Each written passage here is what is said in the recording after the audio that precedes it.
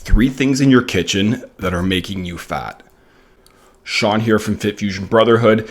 Most of us know that the biggest driver when it comes to fat loss isn't your workouts. It's not how much you're moving, it's your nutrition. And of course, where that all starts is in the kitchen. So you want to make sure that you're setting yourself up for success. Now, in this video, I'm not trying to tell you what to do or what not to do.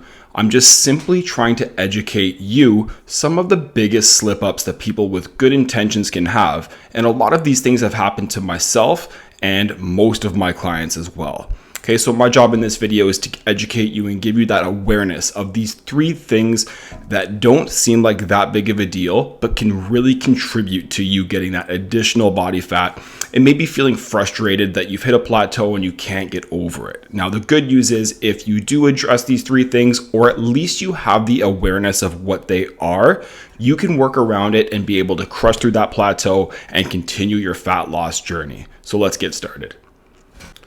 Okay, so number 1 on the list is fruit juices. And this one's on the list because a lot of people do identify like an orange juice or an apple juice as part of a healthy breakfast.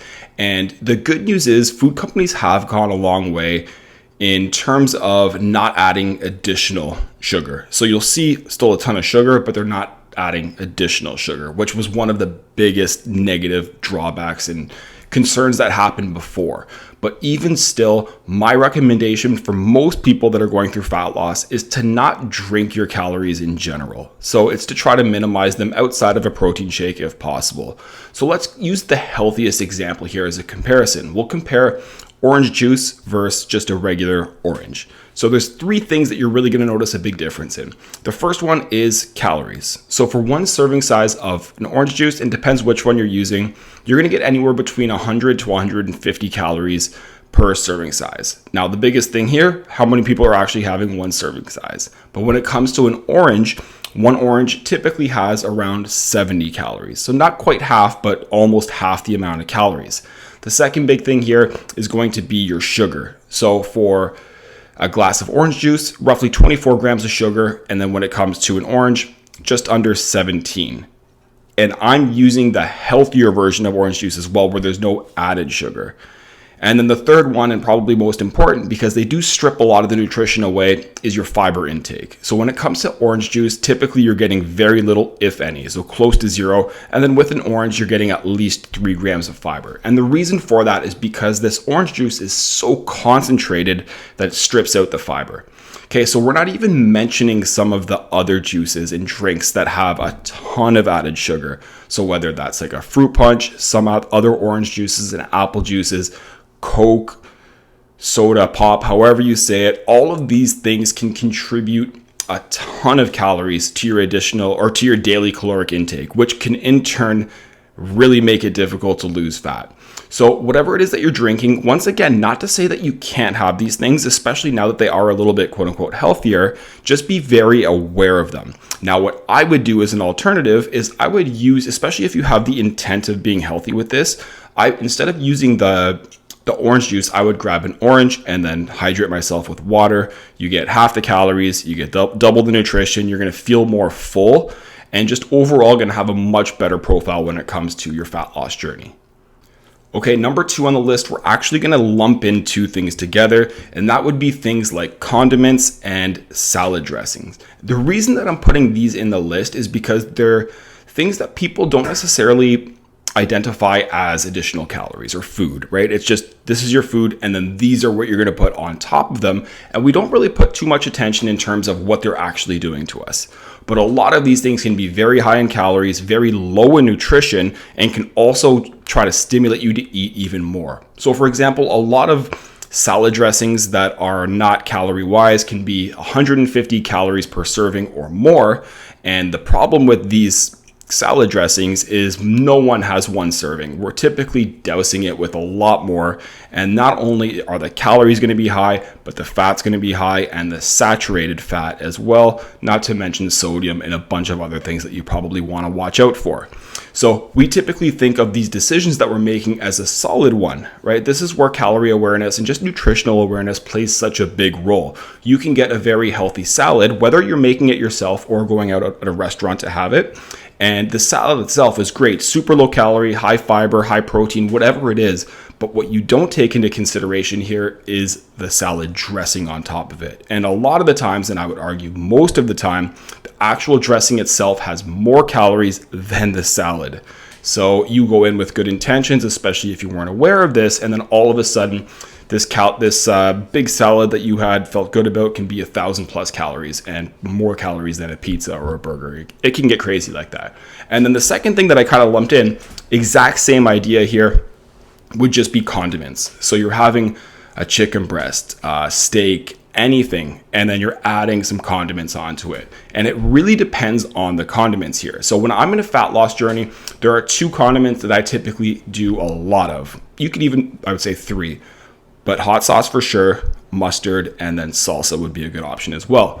But most people will go towards like ketchup, mayo, barbecue sauce, and not really think much of it. Because once again, we think of the food as our calorie intake or our food intake, and we don't really think too much of the condiments. But these condiments can add up several hundred to even up to 1,000 per day, depending on what you're eating and how much of it you are eating.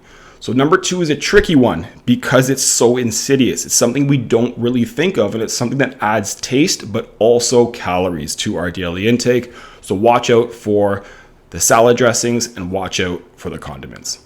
And number 3 might be a surprising one because there are a lot of health benefits, and I wouldn't tell you necessarily to not have it at all.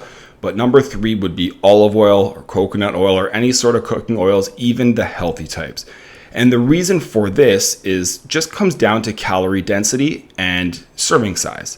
So when it comes to a tablespoon of olive oil, you're going to get close to 100 calories, which may not seem like a big deal. But if you actually measured it out, not many people use only a tablespoon of olive oil. So just like I mentioned for the previous 2 things, right? That's why these are the sneaky ones when it comes to the kitchen, is you're probably not tracking them or at least taking them into consideration when examining your overall calorie intake.